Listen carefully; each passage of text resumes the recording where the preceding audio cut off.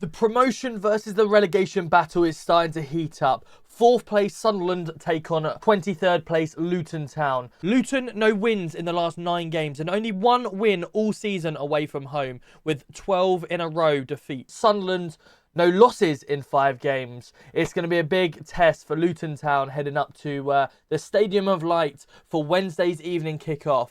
And we're going to talk all about it in today's video. If you do like the video, please make sure you smash the like button, hit the sub. We are so close to 5,000 subscribers, and I'd love to hit it before our vlog on Wednesday. We are travelling up as well, so we'll have a vlog ready for the Wednesday evening game. Let's get into today's video. So Sunderland, our opponents, they currently play a 4-2-3-1 formation. The last 3 home games were no wins, 2 draws and 1 loss in the FA Cup to Stoke. Their last 2 home games have actually been 2-2 draws. One against Plymouth, one against Watford, and that was come on Saturday. So yeah, a real interesting one. They did beat Borough away from home 3-2, their local rivals. So an interesting take. Luton Town haven't won in Stadium of Light since 1973, the 22nd, which we won 1-0 at the time. That was back in Division 2. Now, there's a couple of players we need to watch out for. Wilson Isdor, I'm going to say, if that's his pronunciation. He has got 10 goals in 28 games.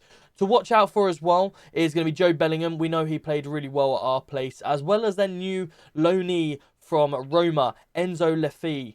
He's currently played 5 games. He's got 1 assist already, so definitely one to watch out for. Luton versus Sunderland. The 11v11 stats don't look very good for Luton Town. We've won 15. We've lost 34. I think, what was it? Last 3 games we've played Sunderland, at Sunderland. Lost 2-1, which was in the semi-final. We drew 1-1, and then we also drew 1-1 as well. I've been to all of them, and yeah, if you want to go check out some of the videos, they are up the top there. Feel free to go check some of the old vlogs. Earlier in the season, we did play Sunderland. We unfortunately lost 2-1. I thought we played okay. That was one of the 2 games. We come off the back of beating Watford 3-0, and then we played against Sunderland, and we unfortunately lost 2-1. Colton Morris scored to open the scoring, but unfortunately, he was deemed offside. He wasn't offside. Feel free to go check the video. I had quite a good view of it, and he wasn't offside, but however, Chris Rigg then decided to score. Mundell also scored, and Adebayo scored for Luton Town. So yeah, it's going to be a real difficult game for Luton. I'm not expecting any points from the game, I'm going to be honest with you.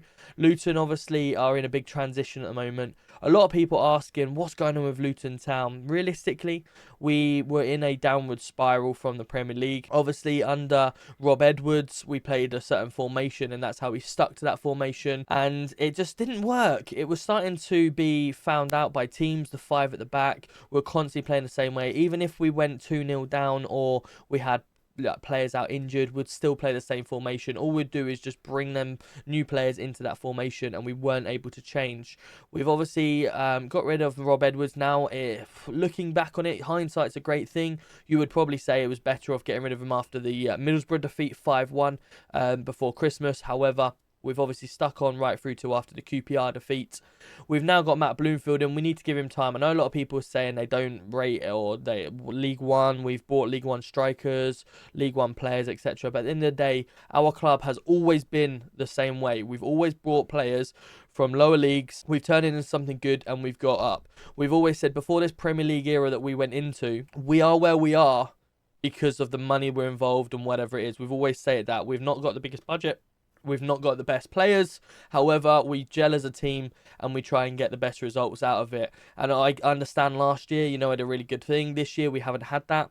But, time to change the tables around. With Matt Bloomfield now under, obviously we've had a couple of draws in that. We haven't had a win yet. Sunderland away, then Sheffield United at home. Watford is coming up as well. It's going to be a real tough one. With Plymouth in there as well. Plymouth just beating Liverpool. I know Liverpool's team wasn't that strong, but a 1-0 victory at home is a big, big task. So, yeah, some tough games coming up for Luton Town. So we really need to dig in. We've got some new additions now. Asgard is probably looking the best out of the bunch, in my opinion. Cal Naismith now coming in to obviously help steady it at the back. I think, Luton will definitely turn the tournament. I don't think, we will see Luton going down. Yes, it looks bad at the moment, and please clip that and send it to me at the end of the season if that does happen. We are playing a team that did do a double back-to-back relegation, so we know exactly what's in store, Sunderland, for back-to-back. So hopefully we don't do that. So my formation, I'm going to go. We've obviously had sort of 12, 13 days now to work on the training field. So Matt's got a lot of time to prepare the players. So the formations that I've kind of gone with, the first one that I started with was a 4-2-3-1. We know Matt Bloomfield loves to play a bit of a 4-2-3-1. We also know that Sunderland play a 4-2-3-1. So I've gone Walters at the back. I think he's probably slightly the better one out of him and Hashi. We've then got McGuinness and Anderson in the middle. And I've put Cal Naismith because we don't know whether Bell is fit again, and we know Naismith can play on that left side. We got Fanny and Nakamba in the middle, providing they're both fit and okay. And I've gone for Bowler, Asgard and Alfie in the free. Bowler, when he come on, looked pretty good at Sheffield Wednesday. Hadn't played that many games. Now he's had sort of a 13-day spell to get himself in. Hopefully he's up and running. I just don't think Jones has necessarily made a full impact that we first initially hoped for, but it's all about confidence. So yeah, I'm going for Bowler on the right. You'll see in a little formation change in a minute whether that changes or not. And then Colton Morris up front. Our new striker, Lassie Nordas, unfortunately is still in pre-training, so I don't see him starting, but I can see him certainly making a good impact over the next coming weeks. I then have gone a 4-1-4-1. We know that he's played a 4-1-4-1 ever since he's come in, probably because the players, you know, need to get used to one formation first. So if we do stick with a 4-1-4-1, same back four, Fanny then sits in the 1, and then we have Jacob Brown coming on the right hand side because he has been playing Jacob Brown quite a lot over there. Asgard, Clark. I missed Clark out on the last one, but we do know that he loves to play Clark. It's the same as Robert Edwards. Clark is a brilliant person in the midfield to try and command that one, but I just didn't feel him fitting into the 4-2-3-1. Alfie on the right, out on the left, and then Morris up front. I've also gone for slightly different as well. If Bell is fit, Bell will come back into left back instead of Cal Naismith. Obviously, we haven't seen the best of Bell in a few weeks, but it's either that or the other one I thought about was Alfie going to left back. Chongi, if fit, would come into the left-sided.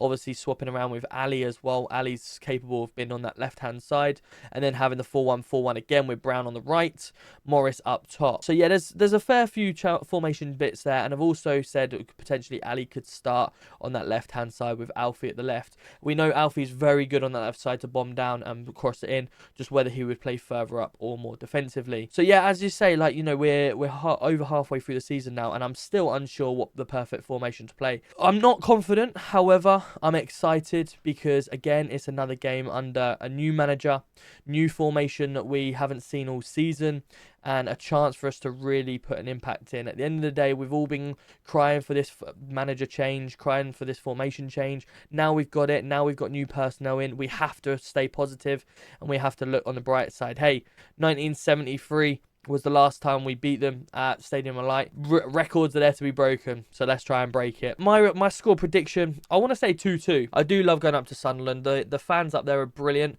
The pubs up there as well. We're mixed in the pub, so hopefully we can get quite a good people. We're interviewed on the vlog as well. So if you do like today's video, make sure you smash that subscribe button. Like I say, we are on the road to 5,000, and you will get a little notification come up when my vlog is put out there. Hopefully on the Wednesday evening, straight after the game, about midnight, whether it's there or it will be the first thing on Thursday morning. But thank you so much for watching, and we'll see you at the vlog on Sunderland away.